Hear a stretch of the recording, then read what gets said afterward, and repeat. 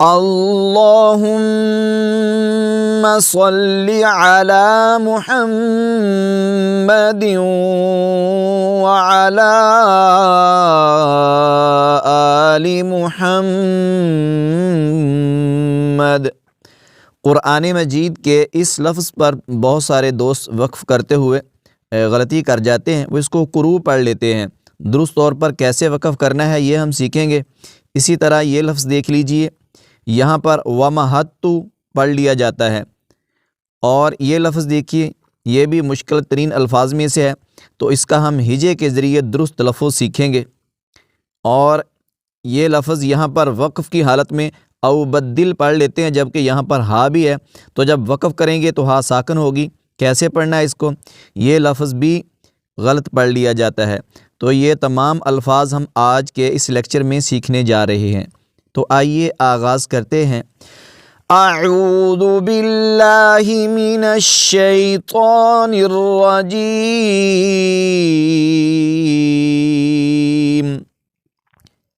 بسم اللہ الرحمن الرحیم۔ یہ پارہ نمبر 2 ہے، سورت کا نام ہے سورۃ البقرہ، اور اس کی آیت نمبر 228 ہے۔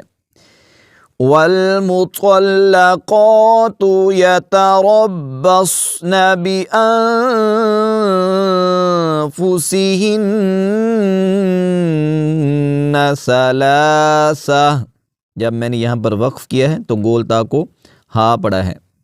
اب اس مشکل لفظ کا ہم پہلے ہجے کر لیتے ہیں۔ قوف پیش قو، را واو پیش رو قرو۔ اچھا، ہجے کرتے ہوئے آپ جو حرف کے اوپر علامات ہوتی ہیں ان کو بھی پڑھ سکتے ہیں۔ جیسے میں نے یہاں پر پڑھا را واو، آپ ایسا بھی کہہ سکتے ہیں را واو مد پیش رو قرو، حمزہ دو زیر ان۔ اب یہ لفظ جب ہم وقف کریں گے تو پھر کیسے پڑھا جائے گا؟ قرو، آخر میں ہم نے جھٹکا دینا ہے۔ اگر آپ ایسا پڑھ لیں گے قرو، صرف قرو واو پڑھیں گے تو حمزہ پڑھا نہیں جائے گا، تو ظاہر ہے کہ ایک حرف آپ نے کم کر دیا۔ تو اگر قرآن مجید میں کسی حرف کو آپ نے کم کر دیا، کسی لفظ میں سے ایک حرف آپ نے جو پڑھا ہی نہیں ہے، تو یہ لہن جلی یعنی بڑی غلطی شمار ہوتی ہے۔ تو آپ نے جب یہاں پر وقف کرنا ہے تو کیا کرنا ہے جی؟ حمزہ کو جھٹکے کے ساتھ پڑھنا ہے۔ یہی غلطی ہے جو عمومی طور پر لوگ کرتے ہیں کہ وہ اس کو ثلاثہ قرو بس ایسے پڑھ لیتے ہیں۔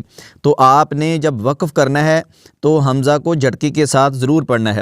پہلے مد کریں گے کیونکہ یہاں پر مد متصل ہے، اس کو لمبا پڑھیں گے، قرو ایسے نہیں پڑھیں گے بلکہ لمبا کر کے پڑھیں گے، اور پھر حمزہ کو جھٹکے کے ساتھ ثلاثہ قرو،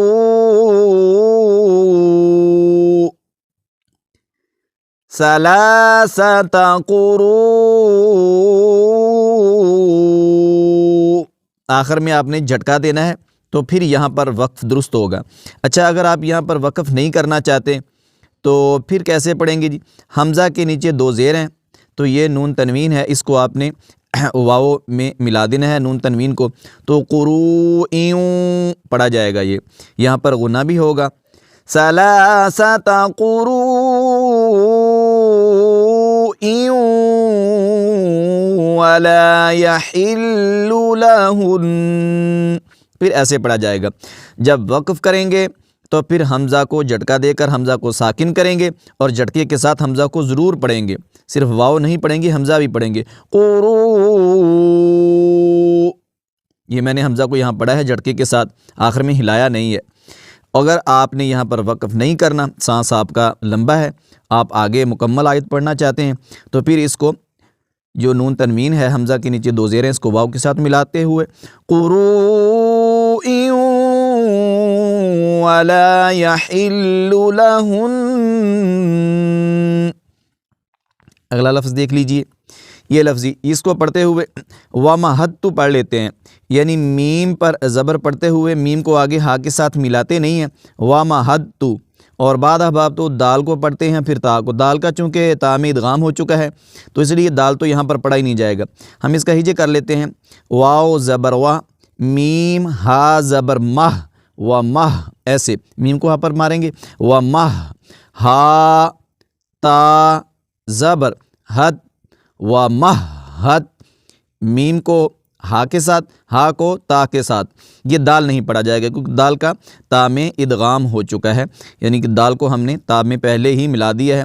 تو اس کو ایسے پڑھیں گے وَمَهَّدتُّ وَمَهَّدتُّ وَجَعَلْتُ لَهُ مَالًا مَمْدُودًا. جب یہاں پر وقف کریں گے تو یہاں الف پڑھیں گے، اگر وقف نہیں کریں گے تو پھر مَالًا مَمْدُودًا وَبَنِينَ شُهُودًا. اور پھر اس لفظ کو بھی آپ ایسے ہی پڑھیں گے. شہود اگر وقف نہیں کریں گے، پیچھے سے پڑھتے آ رہے ہیں تو پھر وَبَنِينَ شُهُودًا وَمَهَّدتُّ لَهُ تَمْهِيدًا. امید ہے کہ اس لفظ کو آپ اچھی طرح سیکھ گئے ہوں گے. اگلا لفظ دیکھ لیتے ہیں جی. یہ لفظ اس کا ہجے کرتے ہوئے بھی بعض احباب جو ہیں وہ غلط کر جاتے ہیں اور پڑھتے ہوئے بھی کنفیوژن کا شکار ہوتے ہیں. کیسے پڑھنا ہے ہم اس کو پڑھ لیتے ہیں جی. وَمِنْهُمْ مَنْ يَقُولُ ذَلِّي. یہاں پر یہ نون جو ساکن ہے یہ نہیں پڑھا جائے گا کیونکہ یہ بھی اس کا یا میں ادغام ہو چکا ہے. حروف یرملون میں سے یا آ گئی ہے، نون ساکن یا نون تنوین کے بعد جو 6 حروف ہیں حروف یرملون کے، یا را میم لام واو نون، ان میں سے کوئی بھی آ جائے تو وہاں پر اس نون کو حروف یرملون میں ملاتے ہیں. تو یہاں پر نون کو ملائیں گے. اس کا ہجے بھی جب آپ کریں گے تو نون کو نہیں پڑھیں گے، میم کو یا کے ساتھ ملائیں گے. وَمِنْهُمْ مَنْ يَقُولُ ذَلِّي. یہاں لام کو آپ نے حمزہ کے ساتھ ملانا ہے، لام حمزہ پیش لو.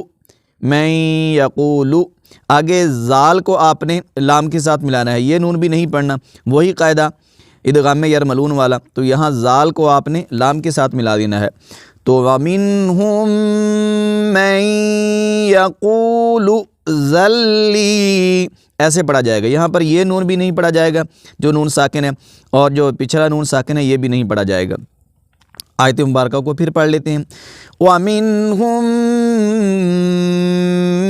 مَن يَقُولُ ذَلِّي. یہاں حمزہ کو جھٹکے کے ساتھ پڑھیں گے.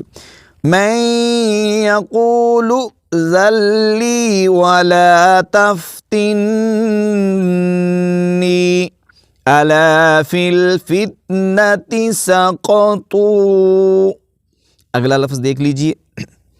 یہاں پر 2 الفاظ ہیں جو خاص طور پر ہم سیکھیں گے. ایک یہ لفظ ہے، یہاں پر وقف کیسے کرتے ہیں. بہت سارے احباب جو ہیں وہ وقف کرتے ہوئے اس پر کو او بدل بس ایسا ہی پڑھ لیتے ہیں، یعنی لام پڑھتے ہیں، ہا کو نہیں پڑھتے. تو یہاں پر جب وقف کریں گے تو ہا کو لازمی طور پر پڑھنا ہوتا ہے. قال الذين لا يرجون لقاءنا ائت بقرآن. اس لفظ کو دیکھیں، یہاں پر مد متصل ہے، مد کریں گے، اس کے بعد نون کو حمزہ کے ساتھ ملا دیں گے. لقاءناتی نہیں پڑھیں گے اس کو، لقاءناتی، اور حمزہ کو جھٹکے کے ساتھ. لقاءناتی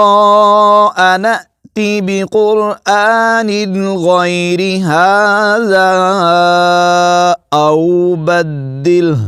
یہ دیکھیں میں نے لام کے بعد آخر میں جو آواز نکالی ہے نا ہا کی، یہ آواز نکالنی ہے آخر میں، او بدل. اگر آپ یہ آواز نہیں نکالیں گے، ہا کو نہیں پڑھیں گے، تو ظاہر ہے کہ ایک حرف آپ نے جو ہے وہ کم کر دیا. تو جب آپ اس لفظ پر وقف کریں گے تو ہا کو ضرور ضرور پڑھیں گے. بِقُرْآنٍ غَيْرِ هَذَا أَوْ بَدِّلْ. اس طرح وقف کریں گے. اگر وقف نہیں کریں گے تو پھر تو یہ اس کو پڑھنا آسان ہے، کیونکہ اگر آپ کا سانس لمبا ہے تو آپ بغیر وقف کے پڑھتے جا رہے ہیں تو پھر اس کو او بدلہ قل ما یکون ایسے پڑھ لیں گے، لیکن وقف چونکہ سانس اتنا زیادہ نہیں ہوتا، پیچھے سے آیت لمبی ہے پڑھتے آ رہے ہیں تو وقف کرنا ہوتا ہے، تو وقف کی حالت میں آپ نے ہاں کو ضرور پڑھنا ہے۔ قل ما یکون لی ان ابدلہ من تلقاء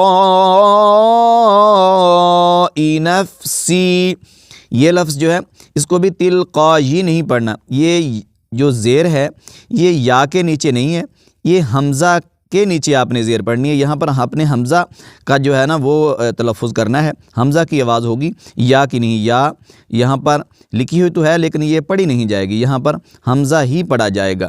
اور کچھ احباب جو ہے وہ بعض دفعہ وہ پوچھ لیتے ہیں کہ جی پھر لکھی کیوں گئی ہے؟ چونکہ رسم خط عثمانی میں جیسے قرآن لکھا گیا ہے ویسے ہی لکھا جاتا ہے آپ بھی، تو اس میں ہوتا یہ ہے کہ ہم اس میں نہ کوئی کمی کا بیشی کر سکتے ہیں کسی طرح کی، جس طرح رسم خط عثمانی میں پہلے دور سے لکھا گیا ہے قرآن اسی طرح ہی اب بھی لکھا جا رہا ہے۔ تو اس میں قرآن مجید میں بہت سارے الفاظ ایسے آتے ہیں کہ جو لکھے تو ہوتے ہیں لیکن پڑھے نہیں جا رہے ہوتے، تو یہاں پر بھی یا لکھی ہوئی تو ہے لیکن پڑھی نہیں جائے گی، تو آپ نے بھی یہاں صرف حمزہ کا ہی تلفظ کرنا ہے۔